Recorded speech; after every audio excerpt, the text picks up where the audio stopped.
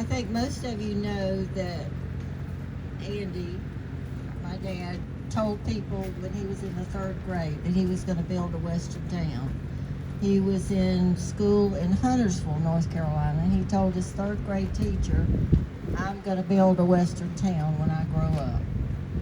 So he was a general contractor, he and his dad, and he built Eford's department stores, and they became Belk department stores. And he also built, Belk had come about at that same time, so he built the new Belk stores as well. So he built those in South Carolina and North Carolina, and some in Virginia, and traveled. He was never home, and we lived in Charlotte, North Carolina. So he was in Statesville back in 1954, remodeling an Eford's department store on Broad Street. And he needed some boards for the floor in that store. So he was looking for a sawmill. So he asked around, and they sent him up this way, and I can't remember the gentleman's name. Jolly. What? Jolly. Oh, the Jolly family. I'm sorry. So he came up here, and the Jollies, he found his wood, he found the sawmill, and at the same time he came and looking around, he saw the property down in the valley, and it had been, the timber had been cut off of it, so it was all red dirt. Some of you may have seen pictures of it, but it was all red dirt with the mountains around it, with all the pretty trees. Well, he decided that this needed to be his western town. He needed to buy this property, so he bought 250 acres from the Martins, the Godfreys, and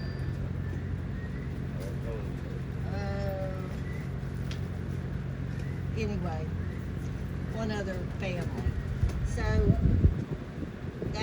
that's what is now Love Valley, the 250 acres. And so he went home and he told my mother, I found where we're going to build Love Valley. Well, they had just built a house in Charlotte. She was shocked. She had a 6-year-old daughter and a 2-year-old baby son.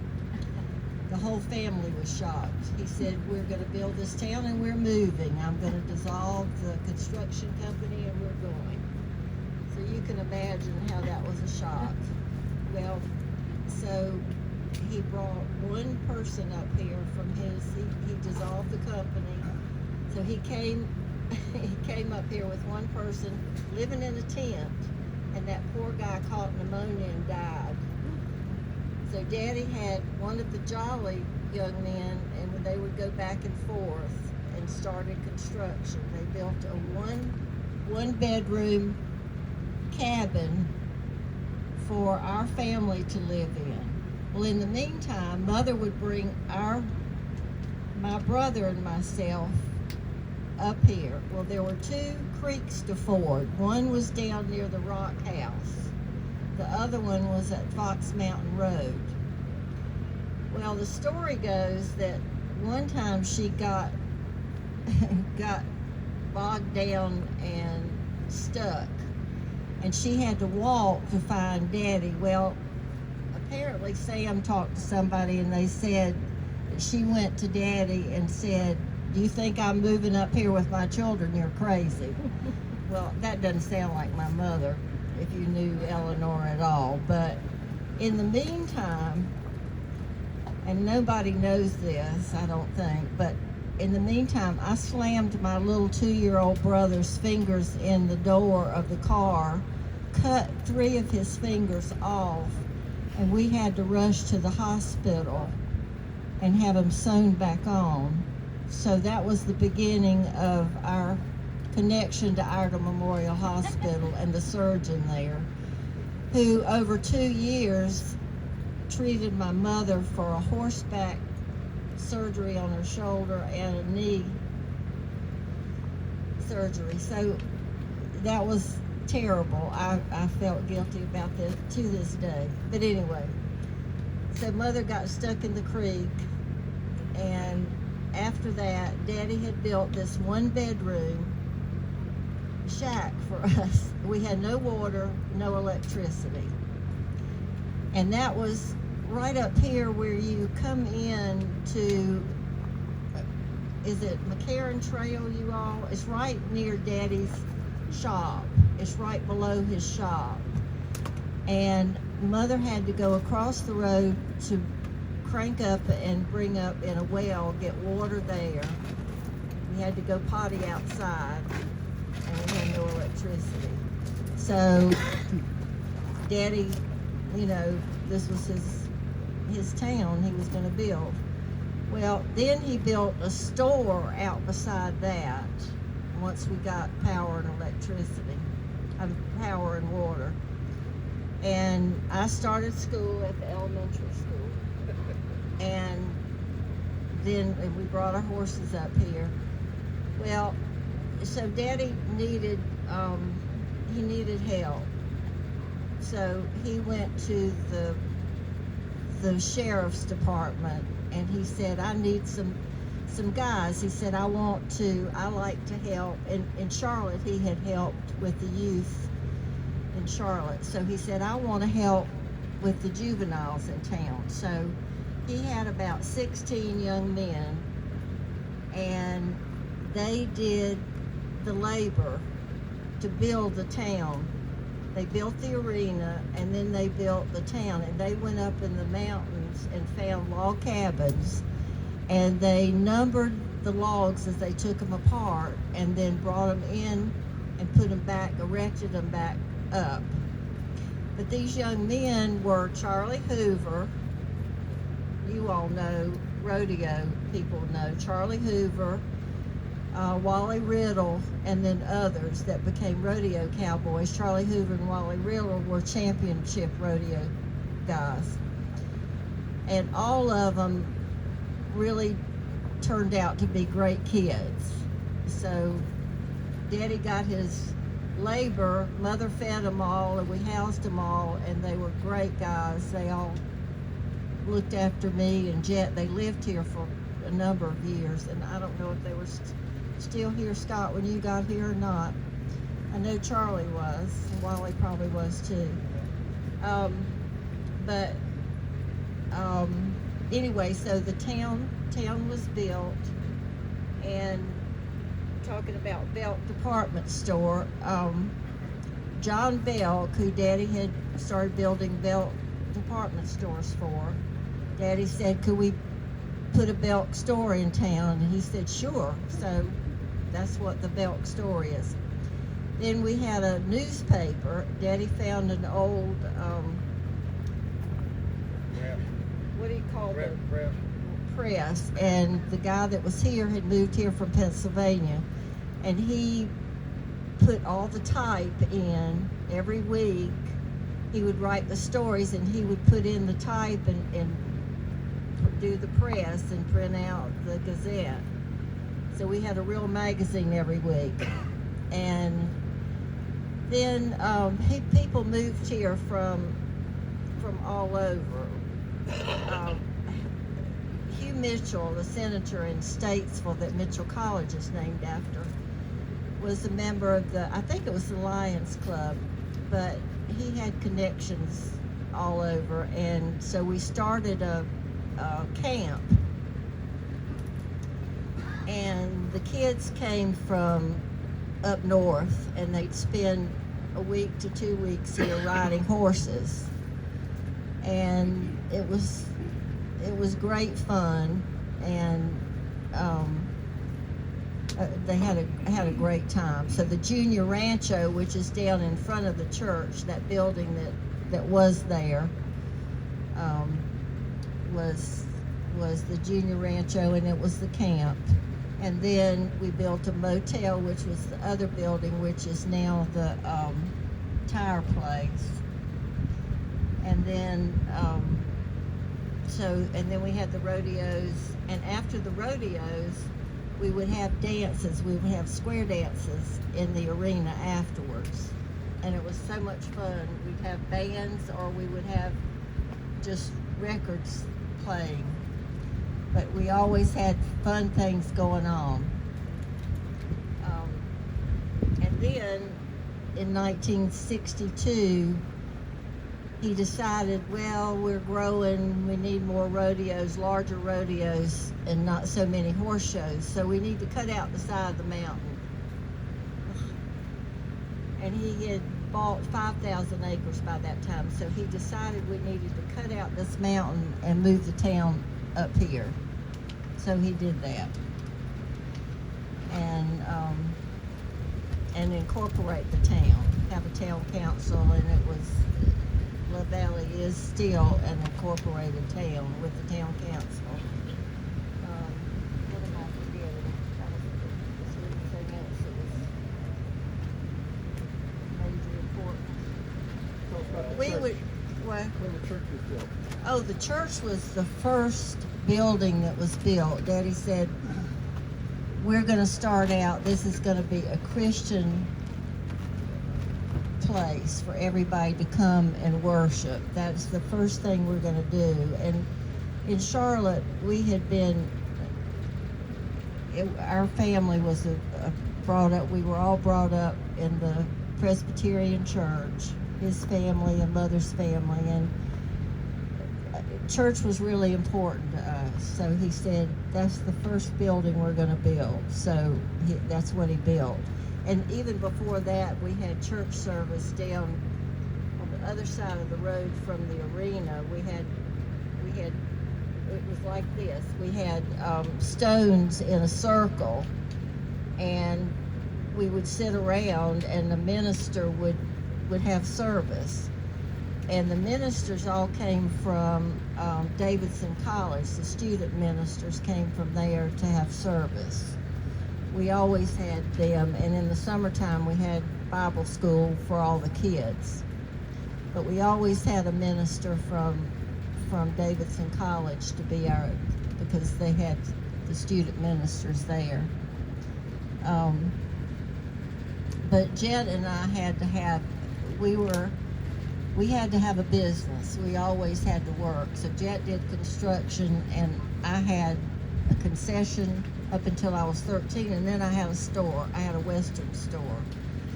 So everybody had to, and then I also went out and did all the promotion for the rodeos to the TV stations and the radio stations. So our whole family had to participate in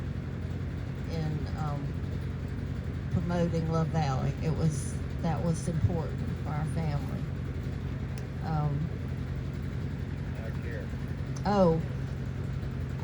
Daddy, he was also, he put on the Christmas parade in Charlotte. He had done this, so the Christmas parade in Statesville was not, he just became extremely active in the whole community in Statesville. It was not just Love Valley. He wanted people to know Love Valley and to come. This was a weird thing. I mean, I can't tell you how I was looked at like a strange when I went to school, I was some outsider that people looked at like, who is she and what is Love Valley? People thought we were some weird out of space place and didn't want to come or didn't want their kids to come up here. It was horrible, and there's some people here that they'll tell you in a minute. It was really strange. So it took a long time for the community to warm up to us. So I was an outsider in this community for a long time. So Daddy got real active in the community, and he ran for governor twice, for the Senate once, and had a lot of good ideas. So the Christmas parade had become almost non-existent in Statesville, so he helped put it on and did a wonderful job. It was written up, I think Sam said that there was a rave about it, that it was really spoken of highly, and they really talked about what a great job he did. And then he also started what is now, it's still I Care. And he got that started in the state, but he started in Statesville, and they help remodel houses, and it's part of early childhood education. So that's still in existence. He tried to do a heavy equipment thing with, but that didn't go over so well. It lasted about 6 months here, but that didn't catch on. The county didn't like that. That was I think that was in the early 70s.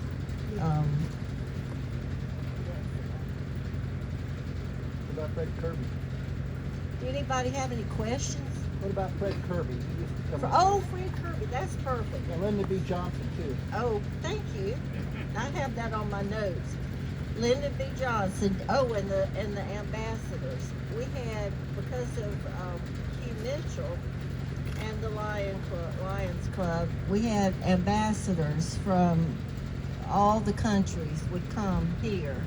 The last one was the Vietnamese ambassador and his wife, and they were wonderful. She was French, and I have a scarf and these brass plates that she gave Mother. But they would come, and Daddy would dress them up in all of his garb and get them on horses if they would get on. And then he brought Lyndon Johnson and Lady Bird to Statesville and had them. There's a picture from the paper of Lyndon Johnson on the stagecoach, Daddy driving, and Lady Bird's in the stagecoach when he was running for president. And that was a really big deal for Statesville. And then Fred Kirby, when we first moved up here, Daddy had him. Does anybody know who Fred Kirby? I know you all do. You do?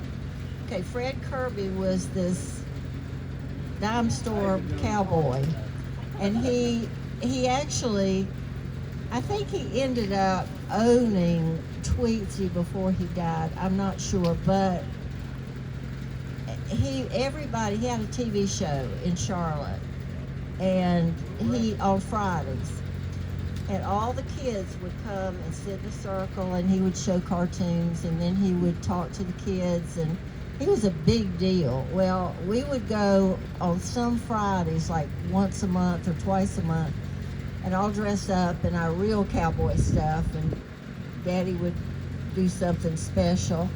Well, Fred Kirby, we kept the horse, his Calico or whatever his name was. We kept the horse up here because Fred couldn't get on the horse unless we helped him get on the horse.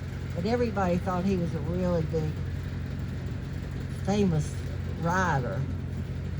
But there are pictures of him when Daddy first bought the property down here when it first was graded. There are pictures of him down here standing, and people thought he actually bought and owned Love Valley. I've heard tales of that. But I know the guys would take the horse to the different parades and help him get on the horse and things like that, because he couldn't ride unless we helped him. He was pitiful, but what? No, he couldn't saddle it. He couldn't do anything. But anyway, he was a good cowboy. I mean, he helped build cowboy information. He helped with Love Valley too. He helped people understand and know about Love Valley, because Daddy would go on there once or twice a month and talk about Love Valley. So it was fun. Raider Day. Can you tell us a little bit about Joe Ponder? Yes. Oh, and Raider Day, let me go back to the school thing. Raider Day at North Iredell. He started a fundraiser over there when Jet was still in school, and I think carried that over, a big fundraiser for the athletic department. And they would come, the band and the cheerleaders would come marching down Main Street, playing their instruments because Daddy had raised so much money, so it was lots of fun to see that, and they would come marching into town to honor him because he'd raised so much money for them. So, and Joe Ponder, the leather shop person, had been a heavyweight or middleweight, I guess, boxer when he was in the military, I think. A middleweight boxer. Golden Glove, thank you. You all know more about him. I guess I started coming up here when I was in elementary school, and that's been a little while back. I'm 73 years old now, and I've known Andy a long, long time. Him and my dad were really, really good friends when he was in Charlotte, and when he come up here. Andy had a dream, he was gonna build the town. And he said, "You ain't thinking right," but he come up here and built it. But my dad and him would work together a lot. And I rodeoed up here in the junior rodeos with Jet, your brother, and Drew's daddy. And me and him become real good friends. And he'd commented, "Jerry, you gotta come up here this weekend." Well, I'd come, and we had a good time, but Jet had to work all the time. He probably built half this stuff by himself. I'm telling you, the boy worked all the time. I'd come up here to play. You gotta work. And that's what he did. And good carpenter. Andy taught him a lot. And I've become real good friends. Well, Condon, all my family, we're all close up here.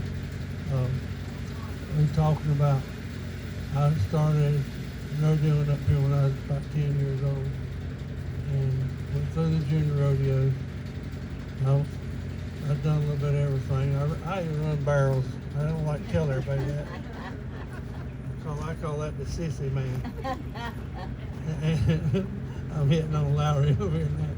But I run barrels, I rode bulls, and I got on 2 bareback horses, and that was not my event. Oh my gosh. They turned me wrong side out, and I didn't get on no more of them. But I won the buckles and saddles, and I won the all around in the juniors. And then I got to be 13 years old, and Scott and my oldest brother, Buddy, they taught me into going to the seniors, and I started bulldogging. And they helped me and taught me how to do that. But Andy, every time you come up here, you're going to eat something at Eleanor's Kitchen. And on Sundays, you're going to eat... Brains and eggs. I didn't know if I need to say that or not. We'd eat brains and eggs. Pork, brains, and eggs. That's what she's going to have, and that's what he wanted. But that lady took care of him. He did look after her, too. And I can't think of anything I could really... He was just a daggone good man and good friend. And I say, you come up here and he's going to look after you. And my daddy and me come up here about every Saturday to his hardware store. Daddy might need 1 shovel, but he'd leave with 10 or 15. Because Andy's going to sell him everything he had, or either give him some of them. He just, nails, anything you want in that hardware store. If he had it, my daddy was going to leave with some of it. But he couldn't do enough for young people. He loved young people. And I guess that's why I fell in love with him, because he was always good to young people. And he's talking about, I'm going to change this, I'm going to the old people now. I was up here at rodeo one weekend, and 2 cowboys that I know really, really good, they were drunk, showing off. Well, Andy and Joe Ponder come out, told me that little jailhouse right there, and told me they was going to Statesville. Well, when they left, these 2 cowboys were pretty good sized boys. They knocked the back walls out of it and got out and left town. And they didn't have to go to Statesville. But that's the only time I know he locked somebody up. He didn't take the Statesville. But he was good at everything he did. I was gonna take some thunder away from Scott. I know you gotta tell the military story. You got to. He had a lot of power. He knew a lot of people, and he could get a lot of stuff done. And I'm not much of a speaker, but I loved the man. I loved his family. He was a good person.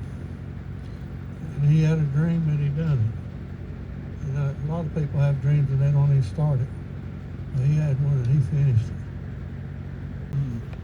My first trip here, we'd been to Arthur Godfrey's rodeo, and I didn't know that he had an airstrip here just for him to talk to Sam the other night. I never did see it. But anyhow, after the rodeo, we left. I was with a guy named Sonny Burris. We had a little Ford, a Econoline van, real simple. We built a little bed in the back of it, single bed. And we left the rodeo. I was driving, went down through one of these little towns in Virginia, come to a stoplight, and there's an old black fella standing there. And he said, "How far are you going?" I said, "I'm going to Love Valley, North Carolina."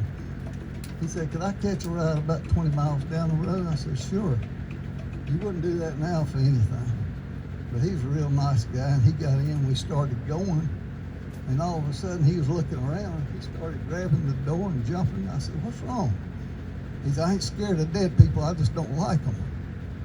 Well, Sonny was laying on his back, wasn't moving, and he said, "Stop this van." So I started slowing up, and I probably didn't get to 15, 20 miles an hour. He bailed out of there, and all I could see was his feet running down the road. Sonny woke up and wanted to know what was going on. I told him. He said, "Man, I wish I'd have heard that. I'd have rose up." But anyhow, that was my first trip to Love Valley, and my second trip was in the wintertime. I think in January.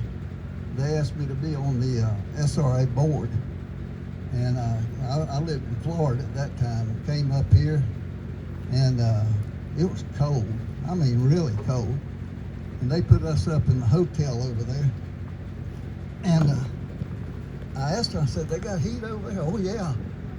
So they gave us a room, and that's the coldest night I've ever spent in my life. If they had any heat, the cracks that I could see through it were going out them cracks fast. I've never been so glad to get back to Florida in my life. But Jerry was talking about the military. Jim Bob Stewart and I both went in the Air Force at the same time. He left a couple of weeks before me, and it was right before Andy's Labor Day rodeo here. And they called Jim Bob, said the colonel or the lieutenant general wants to see you in his office. And the PI said, "I don't know what you've done, but it's either really bad or really good." So Jim Bob went up there, and they said, "Mayor Andy Barker called me. He's a friend of mine and wants you to come back to his rodeo in Love Valley." And he said, "I'm gonna let you and your buddy come back, but you gotta start your basic training over again." We both said no, we weren't gonna do that. So we didn't come back. But when people talk about Andy, a lot of them say, they thought he told a lot of stories, but I promise you could back up every one of them. He didn't know that guy. He knew everybody. And he had a wife that she was an angel. She wasn't just a wife. She was probably the finest lady I've ever seen in my life. And my wife was crazy about her. We moved up here about 20 years ago. We're about 10 minutes from here. My wife would always make her a cake or something, bring it over. It wouldn't be 3 or 4 days, she'd get a letter thanking her for that cake. And I said, "Eleanor, you don't need that. She just wants to do that." Well, she's going to get a letter. And the last one, you couldn't hardly read it, but it was a letter. And I always loved, coming up here. And one of the last years I won the all-around at Andy's rodeo, he'd always give a real nice rifle. And he'd hand-carved the stock of it. It was beautiful. We were building our first house, and somebody told me Andy had some doors. And I asked him about it. He said, "How many you need?" I said, "I just need 2. and you keep the rifle and let me have the doors. We rode around about 4 different barns, and I bet he had 10,000 doors. And I ended up with 20-something doors from my house on my way back. And that's just the way he was. You know, when he said he was going to do something, he'd do it. And the first year I was here, they were just kind of finishing the arena up, and he bought some pipe from a guy down in Charlotte named Earl Link. And he said, take my truck down there. It wasn't a little half-ton pickup. Pick that pipe up and bring it back. And they kept loading that pipe, and the front end started going up. I said, I think that's enough. He said, oh, we got about 3 or 4 more we'll put on there. So I come up the road, 77 wasn't built. And I was all over the roof. I went over the front end, come all the way off the ground. I've never been so glad to get back. So most of that pipe came from Earl Link in Charlotte, not too far from the ranch. Talking about the ranch, Fred Kirby, we had calico, had a number of calicos. One that died and we'd buy another. And probably, 25, 30 years, I guess. Yeah, we never tell them any different. There was a total of 9 stock. Yeah. But he was a fine man. There's there wasn't anything put on about him loving kids. He absolutely loved kids to death. New to the area, rode in a rodeo here back in the 80s, a long time ago, but I know the legends here. We got Jerry and Scott and Tex in the rodeo world are a big part of rodeo, and not only here in Love Valley, but also throughout the United States. It's wonderful to be a part of this town. The reason I came up is I want to invite y'all to church. We have church here in the jailhouse. Thanks for Drew and his sister Tori have donated that building. Our pastor Tom Dale. It's 9:30 every Sunday morning. Come as you are. We're not fancy, and we would love to have you visit. Anyway, thank y'all. Great job.